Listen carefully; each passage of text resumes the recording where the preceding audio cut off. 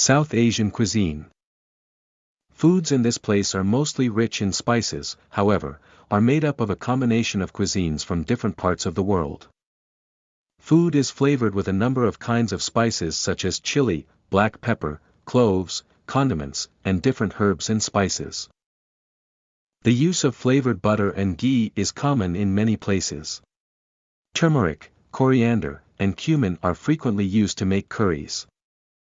Most people are inclined towards the use of mustard, groundnut, sunflower, and soybean oil for cooking. The use of refined oil to make puris is pretty famous. Puri bhaji, idli, dosa, dal bati, and litti chokha are amongst the most famous and representative dishes of Indian cuisine. Vegetables are normally eaten with a kind of bread referred to as chapati, which is the staple meal of the region.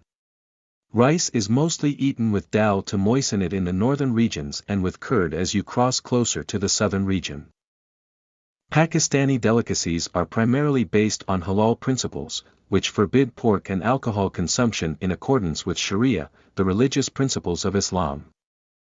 International delicacies and fast food are famous in large cities such as Islamabad and Karachi, combining nearby and overseas recipes, fusion food.